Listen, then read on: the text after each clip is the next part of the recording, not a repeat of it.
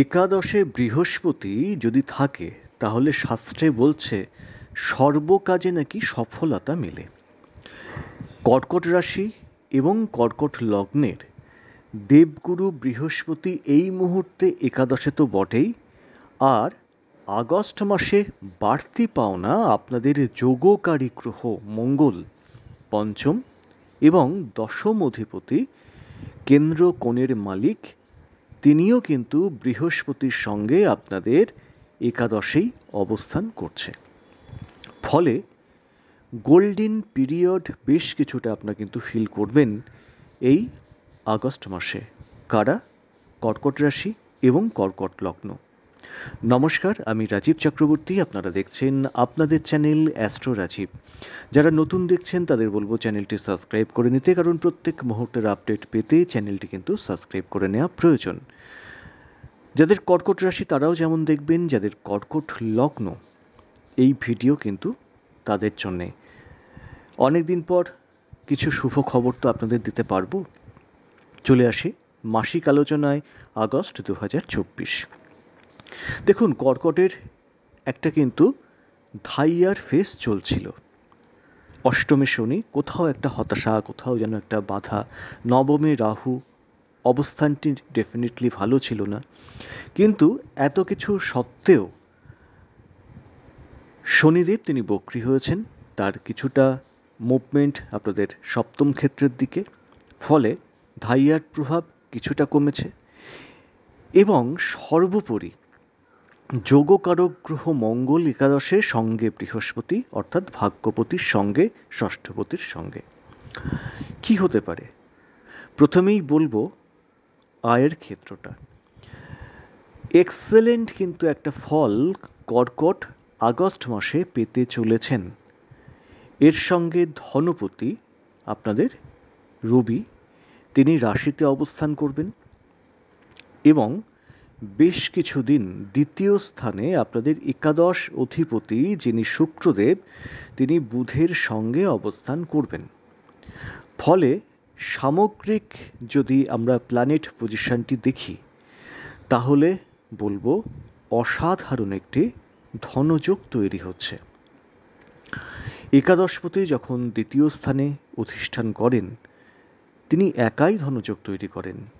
এরপরে ভাগ্যপতি দেবগুরু বৃহস্পতি এবং মঙ্গলের একাদশে অবস্থান, সামগ্রিক দিক থেকে কিন্তু সময়টা, আর্থিক দিকের সময়টা আপনাদের বেশ কিছুটা অনুকূলে আসছে বা এসেছে। তো টাকা পয়সা আসে কোথা থেকে? আমরা নয় চাকরি করি, ব্যবসা করি বা সেলফ প্রফেশনে থাকি, প্রত্যেকটা সেক্টর ধরে একটু আলোচনা করি। প্রথমেই বলবো কর্কটের যারা কর্মপ্রার্থী, মানে নতুন যারা চাকরি খুঁজছেন, আগস্ট মাসে আপনাদের নতুন কর্মপ্রাপ্তির কিন্তু কোনো সম্ভাবনা থাকছে। আপনারা হয়তো বায়োডাটা দিয়ে এসছেন বা সিভি পাঠিয়েছেন, ডাক আসছিল না। এই মাসে না একটু নক করুন, দেখবেন এই মাসে আপনাদের কিন্তু নতুন কর্মযোগের সূচনা হবে বা নতুন কাজে আপনারা জয়েন করতে পারবেন। যারা কর্ম পরিবর্তন করার চেষ্টা করছেন, যে না এতদিন ধরে তো হলো এখানে কাজ করলাম, নেক্সটটা দেখি, তো যখনই কোনো জায়গায় আপনারা নেক্সট দেখবেন, তো আমি বলবো যে একটু দেখে শুনে আপনারা এগোতে পারেন। এই মাসটা কিন্তু শিফট করা যায়। এটা গেল কর্মক্ষেত্রের একটা কথা।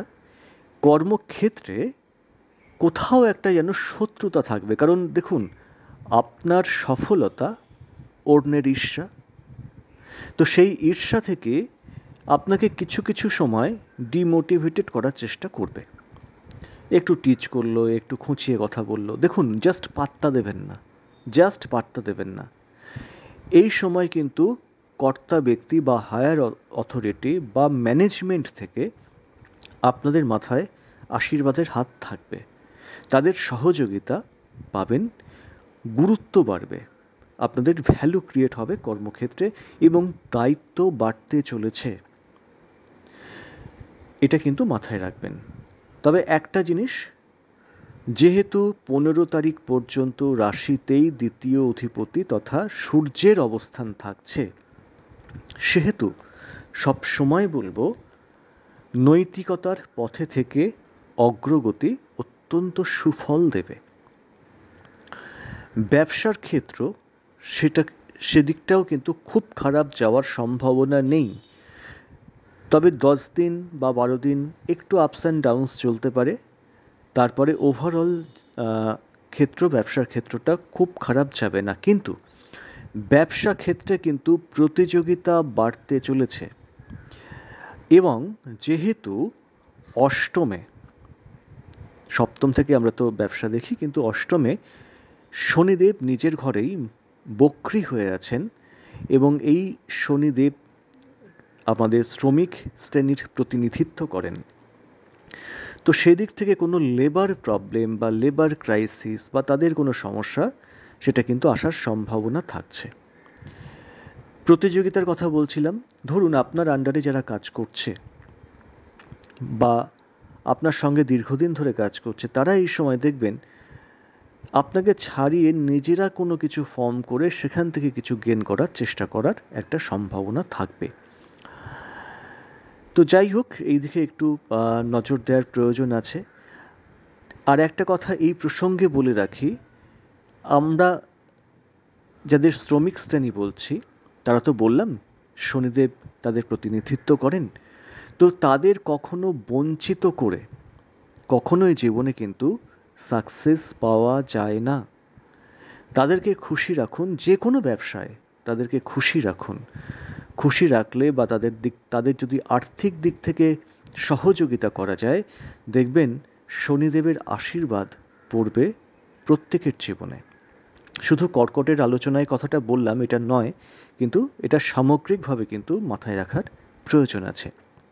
যারা সেলফ প্রফেশনে আছেন, সেলফ প্রফেশন কিন্তু এই মাসে যথেষ্টভাবে বাড়তে চলেছে, বা নতুন যোগাযোগ আসবে, সুফল পাবেন ডেফিনেটলি কিন্তু সেলফ প্রফেশনের দিকে। নজর রাখুন স্বাস্থ্যের ক্ষেত্রে। দেখুন, রাশি তথা লগ্নের উপরে কিন্তু রাহু দৃষ্টি আছে, সেই সঙ্গে 22 তারিখের পর বুধ, অর্থাৎ আপনাদের দ্বাদশপতি, তিনিও কিন্তু চলে আসবেন সিংহ রাশি থেকে কর্কটে, মানে বক্রী হয়ে তার অবস্থানটা আবার কর্কটে হবে। ফলে এই সময় কিন্তু মাথা গরম, নার্ভের কোনো সমস্যা, অত্যধিক চিন্তা বা টুকটাক লাগা যন্ত্রণা, পেটের কোনো সংক্রমণ বা এই ধরনের পেটের কোনো রোগ বা কোনো সংক্রমণ জাতীয় জ্বর জ্বালা, এই সমস্ত থেকে একটু সাবধান থাকার প্রয়োজন থাকছে। দ্বাদশপতি রাশিতে থাকবে, একটু তো হেলথ পার্টে খরচ করাবেই, তো সেই জায়গাটা একটু নজর রাখার প্রয়োজন ডেফিনেটলি থাকছে। পিতার স্বাস্থ্য দিকে একটু নজর রাখার প্রয়োজন থাকছে। আমরা জেনারেলি নবম এবং দশম থেকে পিতার বিচার করি। নবমে রাহুর অবস্থান থাকছে, ফলে একটু নজর রাখার প্রয়োজন। আর আমি যেটা মেনলি দেখি সেটা হচ্ছে দশম ক্ষেত্র। তো দশম ক্ষেত্রের অধিপতি দেবগুরু বৃহস্পতির সঙ্গে সংযুক্ত থাকছেন। তো সেই দিক থেকে বলবো যে যাই কিছু আসুক সেটাকে ওভারকাম করে নেওয়া যাবে। মায়ের হেলথ কিছুটা কিন্তু প্রবলেম করতে পারে, খুব প্রবলেম করবে না, কিছুটা করতে পারে। তাদের হয়তো চোখের কোনো সমস্যা আসতে পারে, সেটা অবশ্যই 16 তারিখের পর। এবং তাদের ক্ষেত্রে কখনো কখনো দেখবেন একটু দুর্বলতা বা একটু উইকনেস, এই ব্যাপারগুলো কিন্তু ক্রিয়েট হতে পারে। সন্তান ক্ষেত্র মোটামুটি স্টেবল দেখাচ্ছে, তাদের উন্নতি, তাদের স্বাস্থ্য, এই নিয়ে ভাবনা চিন্তার বিশেষ কারণ নেই। যারা গর্ভবতী মা, তাদের ক্ষেত্রেও কিন্তু তেমন চিন্তার কারণ নেই। অর্থ গেল, স্বাস্থ্য গেল। এইবার চলে আসি সম্পর্ক ক্ষেত্র। সম্পর্কর ক্ষেত্রে প্রথমে যেটা বলবো, দাম্পত্য ক্ষেত্র। দাম্পত্য ক্ষেত্রে কিন্তু একটু দূরত্ব বাড়তে চলেছে। এবার অনেকেই বলবেন যে খুব কিছু হবে, খুব কিছু গণ্ডগোল বা সেখান থেকে ডিভোর্স হওয়ার সম্ভাবনা আছে। আমি বলবো ডিভোর্স পর্যন্ত হয়তো যাচ্ছে না বা এগোবে না, তার কারণ দেবগুরু বৃহস্পতির দৃষ্টি কিন্তু আপনাদের সমসপ্তমে বা সপ্তম স্থানে আছে। যদিও শনিদেবের একটা বক্রী চাল, তার এফেক্ট কিছুটা মকরে পড়বে, তার থেকেই কিন্তু কিছুটা অশান্তি বা দাম্পত্য অসন্তোষ বা দূরত্ব বাড়া, এটা ক্রিয়েট হতে পারে। পঞ্চম ক্ষেত্রে মোটামুটি স্টেবল ফল আপনারা পাবেন। পঞ্চম ক্ষেত্র খুব খারাপ নেই, অর্থাৎ প্রেমের ক্ষেত্রে আপনারা শুভ ফল পাবেন। নতুন কোনো প্রেম জীবনে আসতে পারে। বাড়িতে লুকিয়ে লুকিয়ে প্রেম করছেন, বাড়ির লোক জানে না, এই সময় কিন্তু বাড়িতে বলে দেওয়ার একটা আদর্শ সময়। বাড়ির মানুষের হেল্প পাবেন এবং কোনো কোনো প্রেম এই সময় প্রেম থেকে কিন্তু বিয়েতে পৌঁছে যাওয়ার একটা সম্ভাবনা থাকছে। প্রেমজ বিয়ে সেটা কিন্তু পরিণতি পেতে পারে এই সময়, মানে আগস্ট মাসে। বিদ্যাক্ষেত্র, এই একটা ক্ষেত্র কিন্তু কর্কটকে কম বেশি ভোগাবে। আমি বলবো উচ্চ বিদ্যার ক্ষেত্র নবমপতি দিনের একাদশে, অর্থাৎ একদম যে হায়ার যে ক্ষেত্রে, কেউ হয়তো পিএইচডি করছেন, কেউ মাস্টার্স করছেন, কেউ এমবিএ পড়ছেন, এই সমস্ত ক্ষেত্রগুলো তবু কিছুটা সাকসেস দেখাচ্ছে, এই নিয়ে কোনো চাপ নেই। কিন্তু যারা নিম্নবিদ্যা অর্থাৎ উচ্চ মাধ্যমিক পর্যন্ত যারা পড়াশুনো করেন, তারা একটু পড়াশুনোর দিকে নজর দিন, মন দিন, সেক্ষেত্রে সুফল পাওয়ার একটা সম্ভাবনা থাকবে। এইবার যেটা বলবো সেটা হচ্ছে, যারা গবেষণাধর্মী কাজের সঙ্গে যুক্ত আছেন, তাদের সেই সমস্ত ক্ষেত্রে কিন্তু কোনোভাবে গোলযোগ, কোনোভাবে বাধা, এইগুলো কিন্তু ক্রিয়েট হতে পারে। এটা একটু দেখার প্রয়োজন আছে। শিক্ষক বা মেন্টরের থেকে কিছুটা অসহযোগিতা সেটা কিন্তু কর্কটের ক্ষেত্রে, বিশেষত যারা গবেষণার সঙ্গে জড়িত, তাদের দিকে আসতে পারে।